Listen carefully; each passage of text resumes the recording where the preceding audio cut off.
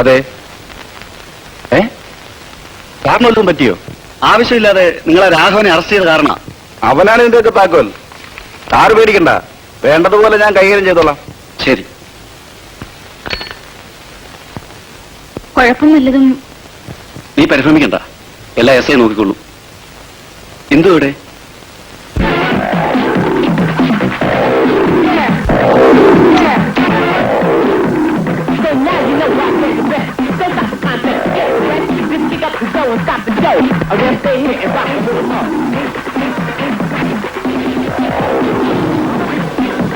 എന്തു എന്തായി കാണിക്കുന്നത്?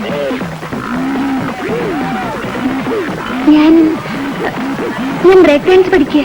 ഇങ്ങനെ തലകുത്തി മറിഞ്ഞാ നിന്റെ കഴുത്താവും ബ്രേക്ക് ചെയ്യുന്നത്. ആ, നാളെ പുലർച്ചെ പുറപ്പെടണ്ടേ നിനക്ക്? ഇപ്പഴെല്ലാം പാക്ക് ചെയ്ത് വെച്ചോളൂ. പാക്ക് ചെയ്യണമെങ്കിൽ ചേച്ചി പറയൂ. നിങ്ങൾ ഇവർക്ക് വീഡിയോ ക്യാമറ വാങ്ങിച്ചു കൊടുക്കാന്ന് പറഞ്ഞിരുന്നില്ലേ?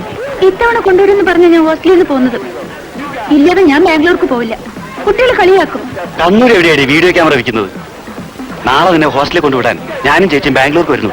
അവിടുന്ന് വാങ്ങിത്തരാം. റിയലി? മൈ ഗുഡ് ഗുഡ് ചേച്ചി ആൻഡ് ചേട്ടൻ. പാശമലരിലെ ശിവാജി ഗണേശനെ പോലെയാണ് എന്റെ ചേട്ടൻ. സിസ്റ്റർക്ക് വേണ്ടി മതി മതി.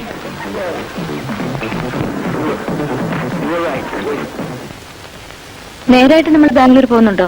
അതെ രാധേ, ഈ സമരത്തിനിടയിൽ നിന്നാൽ എനിക്ക് ഭ്രാന്ത് പിടിക്കും.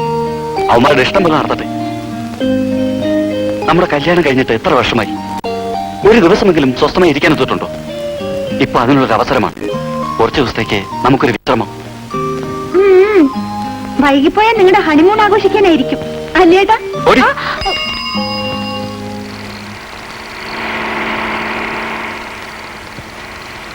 വിജയൻ കാറോടിച്ച് ആരണ്ടര മേൽ തട്ടിച്ചൂന്നോ കൊന്നൂന്നോ ഒക്കെ കേട്ടല്ലോ. കൊല്ലേണ്ടിയിരുന്നു പോകുന്നേട്ടാ, പക്ഷെ ഞാനത് ചെയ്തില്ല. ആളുകൾ മുഴുവൻ പറയുന്നുണ്ട്. റോഡിലും ബസ് സ്റ്റാൻഡിലും മാർക്കറ്റിലും കൂട്ടം കൂടി നിന്ന് ഇത് തന്നെ സംസാരം.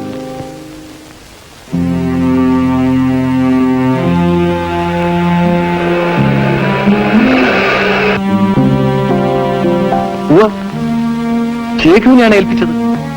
അരീതും കൂട്ടരും ഇവിടെ എന്റെ വീട്ടിൽ തന്നെയുണ്ട്. അവര് മതി, പറ്റാത്തവരെ ഞാൻ ഏൽപ്പിക്കില്ലല്ലോ. ആ സംശയിക്കണ്ട മുതലാളി. എങ്കിൽ യൂണിയൻകാരിൽ നിന്റെ എതിരാളി രാഘവനും മില്ലുടമകളിൽ എന്റെ ശത്രു വിജയനും ഒരുമിച്ച് ഒരു വെടിക്ക് രണ്ട് പക്ഷി. മനസ്സിലായില്ലേ? അരീതേ, പറഞ്ഞ പോലെ എല്ലാം രഹസ്യമായിരിക്കണം. രാഘവന്റെ യൂണിയനിൽപ്പെട്ടവരും വേണം കൂട്ടത്തിൽ. ഷേഖ് എവിടെയാ പോയത്? ആളെ കൂട്ടാൻ പോയതാ.